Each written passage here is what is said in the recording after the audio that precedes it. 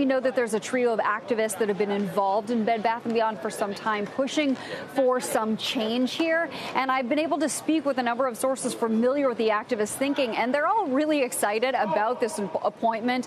One source told me it's not just a name that they like, they love having this man for the job. He's someone that came from Target. He was the chief merchant at Target. And if you think about it, over the last 3 years since he's been there, merchandise has really been reinvigorated for Target. I mean, that's sort of been a key part of what the company has done really well under him, not only creating new private label brands, but also reinvigorating old ones, and a lot of them sort of in the home sector. And I was able to get in touch with one of the activists directly, Chris Kuiper with Legion Asset Management, and he says, look, Mark Tritton is a superstar. We are so excited that he's joining Bed Bath & Beyond. We believe Mark Tritton has the skills to return Bed Bath & Beyond to greatness. I mean, even the most skilled person on the planet faces a challenge with Bed Bath, guys. But look, also Target's performance this year, it's up 67% You know, year to date. he's got his work cut out for him, clearly. This was an $80 stock a few years ago. It's now a $10, $12 stock. But Bed Bath & Beyond has still, even despite its problems, a clear brand.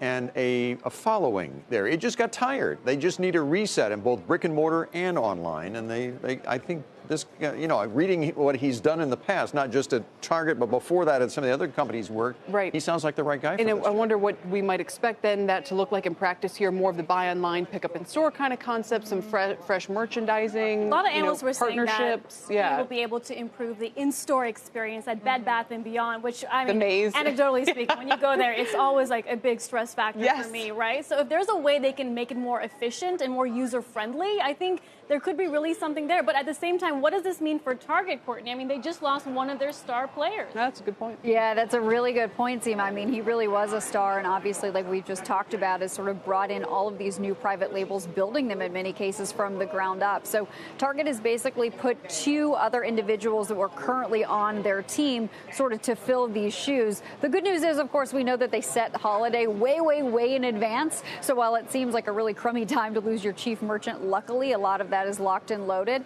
But I do think you're right. I think it is a loss for Target as it's a gain for Bed Bath & Beyond. But the job is a big one. He has a lot cut out for him. He does have a lot of experience, but he has never been a CEO. When he started at Target, he was tired. You may remember 3 years ago, a lot of people just thought, maybe Target was on the downward slide. So he has been at least part of a turnaround, although not quite as a dire situation as what he might be walking into Bed Bath & Beyond. But look, a lot of the activists say there's a lot of low-hanging fruit here. And so there's a lot of things that could be fixed pretty easily to begin to move that stock price higher. This one has possibilities here. Certainly better than if you tried to turn Toys R Us around or something. Well, let's hope. With all the debt. Yeah. I mean, that's not their problem. The problem is just right, absolutely. The merchandising and things. So. And the refresh that they need. Yeah, Courtney, exactly. Thanks. Appreciate it. Thanks. Ms. Reagan. Next, we go to WeWork, whose push to go public may be dead for now, but the We company is full speed ahead with some plans to build out in Southeast Asia, even as they're cutting back the workforce and slowing expansion plans in China. They're opening some new offices in Singapore and Manila.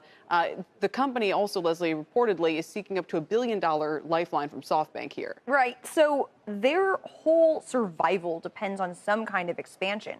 Now, the problem is, of course, and we've talked about this numerous times, is the cash burn that they're facing, which is where SoftBank comes in to try and plug the hole, at least momentarily. What's interesting to me about this is the fact that they're pulling back on their expansion plans in China. So they must see less of an opportunity in China and more of an opportunity in Singapore and Manila. I don't know if that's a factor of cost, if that's a factor of potential revenue, but it's interesting to see, especially now that they have to be a lot pickier about where exactly they expand, where they choose to expand, and what that says, for other companies that are looking to kind of expand in that region. Why were they losing so much money? Was it they weren't charging enough membership fees? I mean, just didn't have any profit margins relative to what they were paying for the leases? Yeah, I mean, $45 a month. Right. You could charge more than that, I would think. It's more. These small business people could afford more than that, I'd think. The expense was largely related to their expansion plans, and people who I spoke with close to the company said that they could always ratchet that back in order to save money in the long term. Now, the trouble is you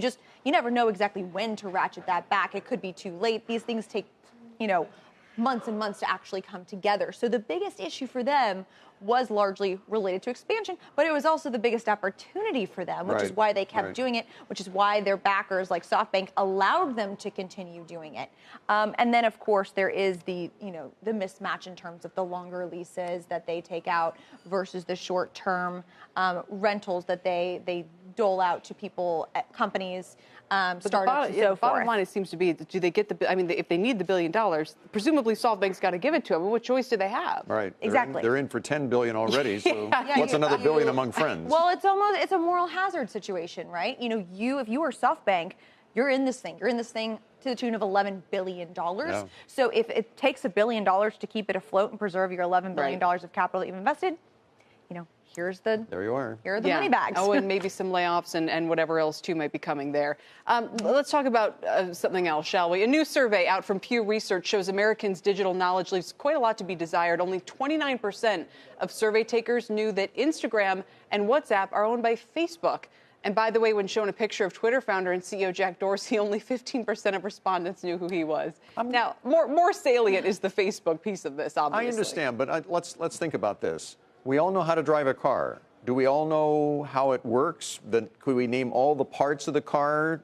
Do we know who the CEO of Fiat Chrysler is just on the drop of a hat? I mean, it's the same thing. So it's different. No, it's different because the type of information that your phone now has about you, especially with Facebook, WhatsApp, banking accounts, is much different than the type of information your car has. But why should I care whether So I should know how that information is being used. Why should I care whether Facebook owns WhatsApp or Instagram or what Jack Dorsey looks like? I mean, those are just some of the questions. I think it comes back to privacy. You should know about the security issues. You should know about phishing. I agree. But some of these questions were. And by the way, so everyone knows what this was. This was 10 questions from the Pew survey.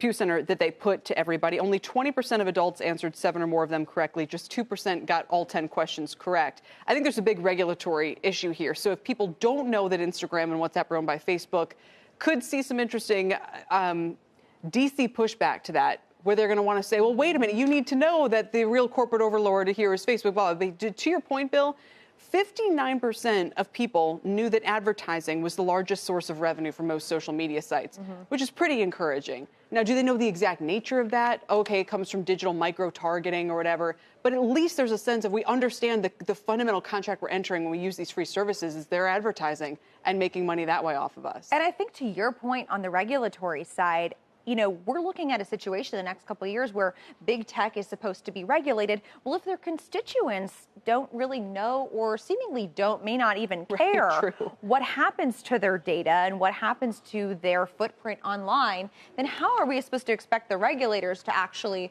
take action in response to that as well? I think that is a key takeaway from this Pew study, the fact that the constituency... Most not going to be a groundswell to divest aren't that worried Instagram about from it? Facebook Don't really if you don't know they own When them. the politicians go home to their town hall meetings, are they hearing from their constituents saying, you've got to break up Facebook? I don't think so. I think this presents a big opportunity for the U.S. education system, for universities, just to implement a digital literacy class, especially as mobile penetration rises. There needs to be more knowledge on how to use your devices and where the information goes. There's a lot of literacy, financial the fact literacy, that my mom digital literacy. asks me what cookies are, there's an opportunity. Yeah, well, people did pretty well on that question, surprisingly. Before we go, speaking of college, one of the most dreaded parts of applying to college getting a lot less popular, not just with high school test takers. Over the past year, a record 41 colleges and universities have gotten rid of the requirement that people take the SAT or the ACT standardized test. Now, this is an inequality story. People say they favor higher income students whose parents can afford tutoring and are more likely to apply for extra time to take the test, which you have to know about. Everyone seems to be doing that these days.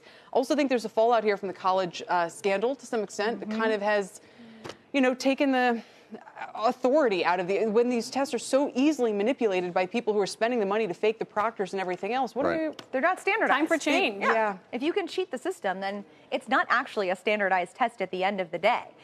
I'm just not sure if it's going to change the status quo. What do you guys think? If there's other ways for people to signal, hey, can you afford a bunch of extracurriculars if your parents don't have dough? I don't know. There's always going to be built-in, quote-unquote, inequality. The testing system has always been flawed anyway. Everybody's high school education is not equal. Nope. But yet the test is standardized, and you got to know a certain amount. But some students are going to know more because that's what they were taught. You know, I have long had a problem that a lot of the kids these days aren't getting an education; they're just getting test prep. Yeah, that's how I feel personally. So that's got to change.